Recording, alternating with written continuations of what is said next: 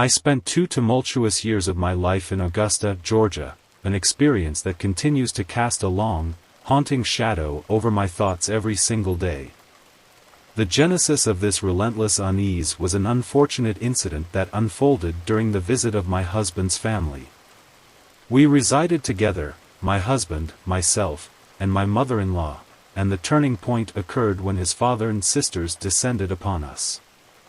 The inordinate fondness for alcohol that characterized his parents' visits played a pivotal role in the ensuing drama. On this particular night, the atmosphere was charged with a blend of alcohol-fueled euphoria and latent tension. His parents, having indulged a bit too much, found themselves in need of more spirits. It was a simple request, one that would unwittingly set off a chain of events that would shape my memories of Augusta forever. In their inebriated state, they turned to my husband and me to fetch more alcohol. It was an innocent enough task, or so it seemed at first. But little did we know that this seemingly routine errand would lead us to a harrowing encounter that would change our lives. The gas station we frequented for such needs was conveniently located just up the road from our residence. The night was cloaked in darkness, and a thick fog clung to the air, lending an eerie ambience to our surroundings. Obliging our in-laws' request, we set out to procure the desired libations. The gas station in question had an air of disrepute about it, a dimly lit outpost with an aura of uncertainty. As fate would have it, I found myself the designated messenger for this mission. At the age of 21, I was accustomed to navigating the complexities of adulthood, while my husband, a year my junior, was still in the final stretch of his teenage years. I entered the store alone, the bell above the door signaling my arrival. Immediately upon stepping inside, I sensed a shift in the atmosphere. My eyes scanned the dimly lit interior, and that's when I noticed them, 4 men, clad in dark, baggy clothing. Their eyes locked onto me with an intensity that sent shivers down my spine. As a reasonably attractive young woman, I was no stranger to being the object of stares, but this was different. This was a gaze that went beyond mere curiosity. It felt predatory. Undeterred, I pushed aside my unease and made my way to the back of the store, grabbing a 6-pack of beer from the cooler. The men followed, their movements synchronized with mine. It was as if they were scanning me with their eyes, dissecting every inch of my being. I tried to dismiss it, attributing it to the discomfort of being under scrutiny, but a growing sense of unease settled in the pit of my stomach. With the 6-pack in hand, I approached the counter to complete the transaction. The men lingered behind me, their presence an unsettling undercurrent. I paid for my purchase, but the tension in the air refused to dissipate. As I exited the store, the men followed suit, a fact I remained oblivious to in my preoccupied state. Back in our car and on the main road, I noticed a vehicle trailing behind us. In the dim glow of the streetlights, I couldn't discern much about the car or its occupants. Naively, I dismissed it as a mere coincidence, a fellow nocturnal traveler sharing the road with us. Little did I know that this seemingly innocuous pursuit was about to escalate into a nightmarish confrontation. We pulled into our driveway, the familiar sight of home providing a false sense of security. However, as I glanced in the rearview mirror, my heart sank. The trailing car had parked right behind us. 2 men swiftly emerged, positioning themselves strategically to block our exit. The dim glow of the streetlights revealed the glint of metal. They were armed. Panic gripped me as one of the men aimed his gun at me, the other directing his weapon at my husband. The reality of the situation crashed over us like a tidal wave. It was a surreal moment, the kind you read about in crime novels or see in movies, never expecting it to be your reality. The man's voice cut through the night air, demanding, "Give me the pocketbook." For a moment, time seemed to stand still. My mind raced, grappling with the surreal nature of the scene unfolding before me. I glanced at my husband, who, to my immense relief, was dialing 911 with a shaky hand. In that moment, the fragility of life became starkly apparent. I found my voice, yelling at my husband, "Brian, we're both going to be dead before anyone can help us." The gunman grew impatient, initiating a countdown, 1, 2, 3. I couldn't bear to hear how far he would count before resorting to violence. In a haze of fear and desperation, I relented. I handed over my wallet, hoping it would satisfy their immediate demands and spare us from further harm. The men hastily retreated to their car, tires screeching against the asphalt as they sped away into the night. The aftermath was a blur. My husband carried me into the house, both of us in a state of shock. His parents and sisters, initially oblivious to the unfolding drama, rushed to our side with a mix of concern and confusion. As my husband recounted the night's events to his parents, I couldn't help but harbor a silent resentment toward them. Their insatiable need for more alcohol had unwittingly exposed us to a danger we never could have anticipated. Once the immediate chaos subsided, my husband placed a call to 911 to report the incident. The police arrived promptly, their presence offering a semblance of security. However, the details we could provide were frustratingly scarce. The foggy night, coupled with our nearsightedness, meant we couldn't offer a clear description of the men or their vehicle.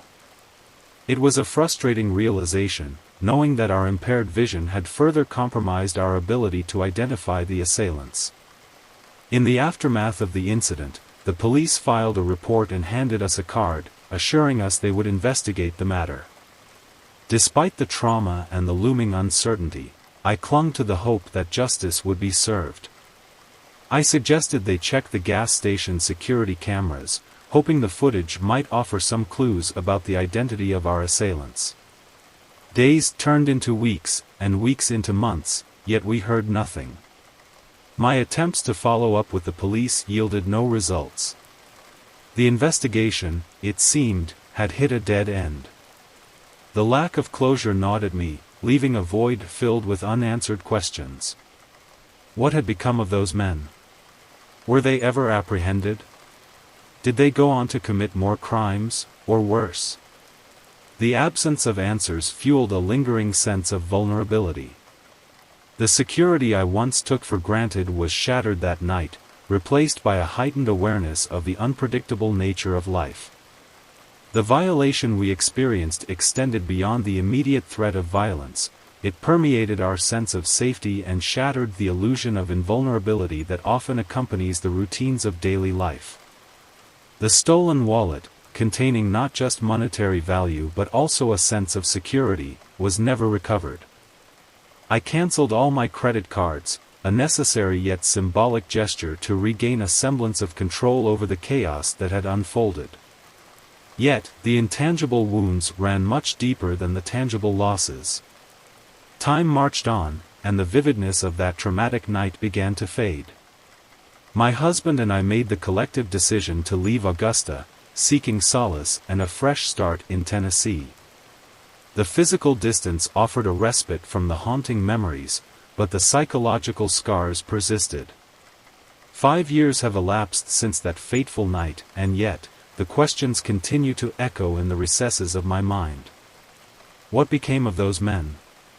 Did they move on, leaving our lives as abruptly as they had entered them?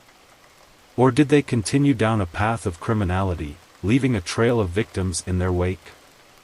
The fear of the unknown lingers, a silent specter that occasionally rears its head when my mind wanders to the past. I still find myself wondering if the guns they brandished were real or mere props meant to instill fear. Could the situation have been avoided altogether?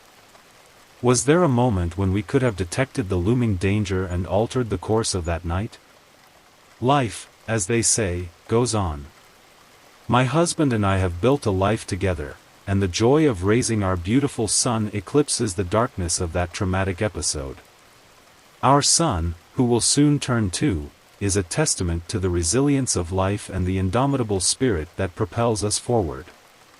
Yet, the specter of that night endures. It is a silent companion, a reminder that life is fragile, and moments of terror can irrevocably alter its course. The hypotheticals, the what-ifs, continue to dance on the periphery of my consciousness. What if those men had pulled the trigger? What if we had refused to go on that ill-fated beer run? The haunting realization that the existence of our beautiful sun hinged on the mercy of fate is both chilling and awe-inspiring. The fragility of life, the randomness of chance, becomes glaringly apparent in the face of such experiences. Every milestone our sun reaches serves as a poignant reminder of the alternate reality that could have unfolded, a reality where he might never have come into existence. As I navigate the complexities of motherhood, I find myself grappling with the dichotomy of joy and sorrow that defines our existence. The joy of watching our son grow, coupled with the ever-present undercurrent of what might have been, creates a tapestry of emotions that defies easy categorization. I still harbor a deep-seated resentment towards those individuals whose actions set in motion the chain of events that led to that night of terror. The sheer recklessness of their pursuit for more alcohol, coupled with the indifference to the potential consequences, remains etched in my memory.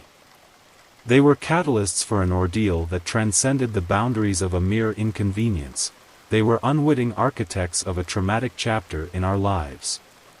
As I reflect on the passage of time, I acknowledge the healing that has taken place. The raw wounds have scabbed over, leaving behind scars that bear witness to a resilience I never knew I possessed. The psychological toll, however, persists, manifesting in the occasional nightmares that jolt me awake in the dead of night. In moments of quiet introspection, I find myself contemplating the nature of fear and its enduring impact. The fear that gripped us that night was not just a fleeting emotion, it became a part of our collective consciousness, a lens through which we view the world. It reshaped our understanding of safety, transforming it from an assumed state into a fragile construct susceptible to unforeseen disruptions. The unanswered questions about the fate of those men linger as unresolved chords in the symphony of my memories. Did they face consequences for their actions, or did they slip through the cracks of justice, free to continue their criminal pursuits? The lack of closure is a bitter pill to swallow, a constant reminder that some narratives remain untied, leaving loose threads that dangle in the recesses of my mind. I've often contemplated reaching out to the authorities in Augusta, a futile attempt to seek closure and clarity. The card they handed us, with its promise of updates, remains tucked away in a drawer, a tangible reminder of the unanswered questions that persist. Yet, the prospect of revisiting that chapter, of reopening old wounds, gives me pause. Life in Tennessee, while not devoid of its challenges, has become a sanctuary of sorts. The physical distance from Augusta has allowed for a measure of healing, providing the space to rebuild and move forward. Yet, the scars of that night serve as indelible imprints, a testament to the resilience required to overcome the aftermath of trauma. As I reflect on this chapter of my life, I am struck by the complexity of human emotions. Resentment coexists with gratitude, fear with resilience, and the haunting memories with the joys of the present. Life, in all its intricacies, unfolds as a tapestry woven with threads of joy and sorrow, love and fear, resilience and vulnerability. In sharing this narrative, my hope is not just to revisit the past but to shed light on the enduring impact of trauma.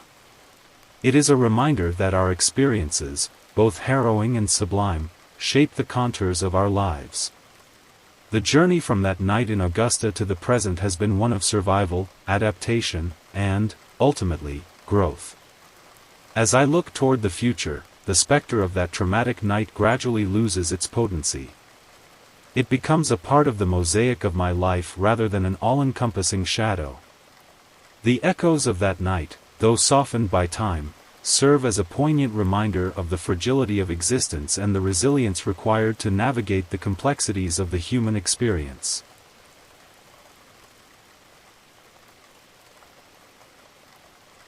It was the summer of 2010, and at the age of 16, my friend Ryan scored me a job at a gas station. The perks were pretty sweet, discounts and free soda from the fountain. The only downside was the station's location, a good 30 minutes outside the city in the middle of nowhere, branching off the highway. My shift was the graveyard one, from 10 p.m. to 3 a.m. It didn't bother me much since I was a night owl, usually staying up until 5 a.m. During those hours, hardly anyone came in, maybe someone just putting money for gas. But one night, towards the end of my shift, things got weird.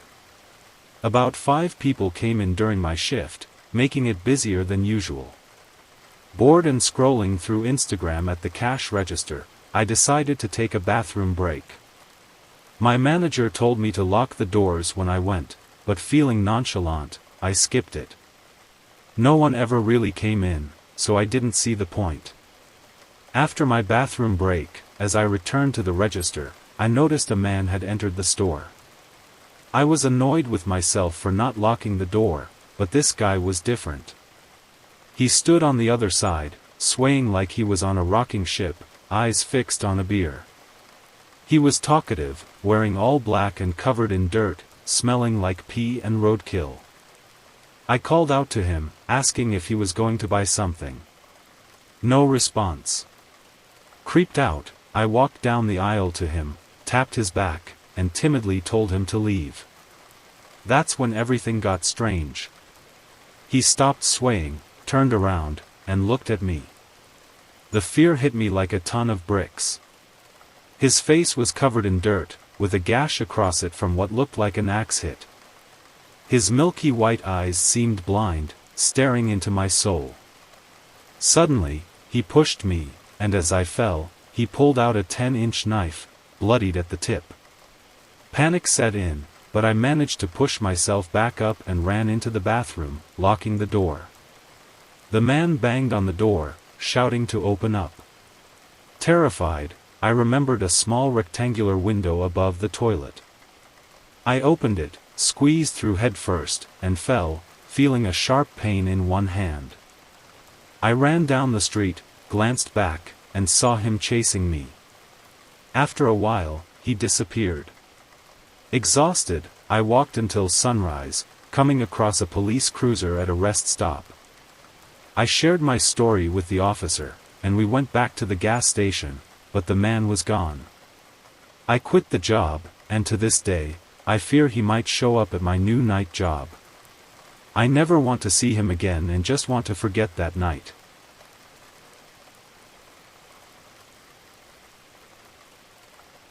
During the summer of 2016, I took up a part-time gig at a local gas station convenience store to earn some extra cash while juggling college. I was initially relieved to hear that, for safety reasons, female employees were not scheduled for overnight shifts. My concern wasn't so much about my safety but rather getting enough sleep before classes. However, my initial relief soon turned into dread as the job proved to be more challenging than I anticipated. We were constantly short-staffed, and the workload demanded multitasking between cash registers, food preparation, keeping an eye on pumps, cleaning, and restocking. To make matters worse, the 2 female managers were less than pleasant, making me frequently bite my tongue and talk myself out of quitting. The breaking point came with a regular customer I'll call James. He was younger than me, maybe in his late teens or early 20s, and he seemed to think he owned the place, possibly due to being the grandson of one of the managers. The first encounter was when he wanted to buy chewing tobacco. I asked for his ID, and despite his reminders about his family connections, I insisted on seeing it. He continued with personal questions, making me uncomfortable. James made more appearances, even with his girlfriend and a male friend. He flirted with me right in front of her, and though I tried to brush it off, his persistent stares unsettled me.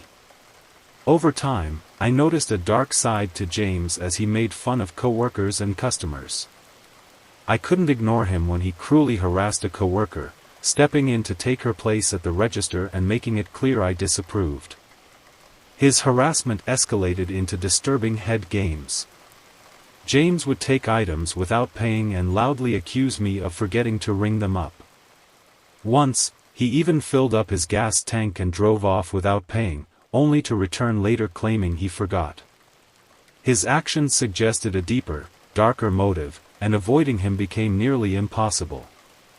One day, while working alone with a coworker, James entered the store. I muttered about him being a pain and retreated to the freezer to work. To my surprise, he followed me inside, asking personal questions and backing me into a corner. He ignored my protests and asked where I lived, making me feel trapped. It wasn't until my coworker intervened that I could escape. As I punched out and hurried to my car, James followed me to the parking lot. He grabbed my door, insisting on seeing my ID. Fearful of what might happen, I practically begged him to let go, and he threatened to follow me home. Anger took over, and I shouted at him to stay away. I locked the doors just in time, but he banged on my window, demanding to see my ID. I sped off, relieved to leave him behind but paranoid the entire way home. After that harrowing incident, I decided to quit my job. I didn't care about the manager's reaction. Dealing with James was the last straw. I didn't bother explaining to my manager, convinced that James had never been held accountable for his actions and likely never would be. I never saw him again, and I hope I never do.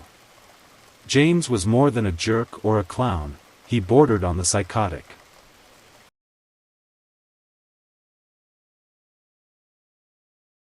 I've spent my entire life in Utah, so I thought I knew the state like the back of my hand. This particular incident occurred when I had a close friend spending the night. We'd been buddies since 4th grade, and we were both navigating our way through 7th or 8th grade at the time. My home was just a 10-minute walk away from a common gas station, and there was also a school around the corner from my place. One evening, my friend and I were hit with hunger pangs, and after scouring the house for snacks without much luck, we decided to pool our allowance money and head to the gas station. Instead of taking the usual route that led past the spooky house, we opted for a back road alongside a main highway. It struck us as odd that there were very few cars on the usually bustling road, but we didn't dwell on it at the time. Upon reaching the gas station, we enjoyed some snacks as the sun dipped behind the mountains, casting a bit of light. Ready to make our way home, a strange feeling came over me. I stared at the sky, trying to shake off the building anxiety. It felt like something was off, almost panicky, and I couldn't quite put my finger on it. As my friend and I started our walk home on a back road path, our attention was drawn to a peculiar star formation. The stars seemed to be swapping places, a phenomenon we both noticed simultaneously. I couldn't shake the bad feeling, and when I asked my friend if he felt the same, his affirmative response heightened our unease. Within minutes, we counted at least 15 shooting stars, intensifying our discomfort. Being more familiar with the area, I took the lead on our way back home, choosing a road that passed by the school. However, as we turned onto that road, a sickening feeling enveloped me. It was then that we spotted the house, blinds open, a lady standing in the kitchen, peering into a pantry. She looked pale, with disheveled hair standing on end. My friend suggested taking a different route, but I didn't want to extend our walk, so we pressed on. Approaching the house, we saw the lady, unmoving, staring in our direction. But as I focused on her face, terror gripped me. Her jaw was unnaturally wide open, eyes empty sockets, and there were black upside-down crosses on her face, accompanied by popping black veins. I rubbed my eyes to ensure I wasn't hallucinating, but as I did, the lights in the house turned off, and she vanished from view. Continuing our walk, we suddenly heard her sliding door opening with long, skeletal fingers gripping it. We began speed walking, and when we neared a deck about 15 feet high, she screamed that she was going to kill us, followed by the high-pitched scream of a little girl.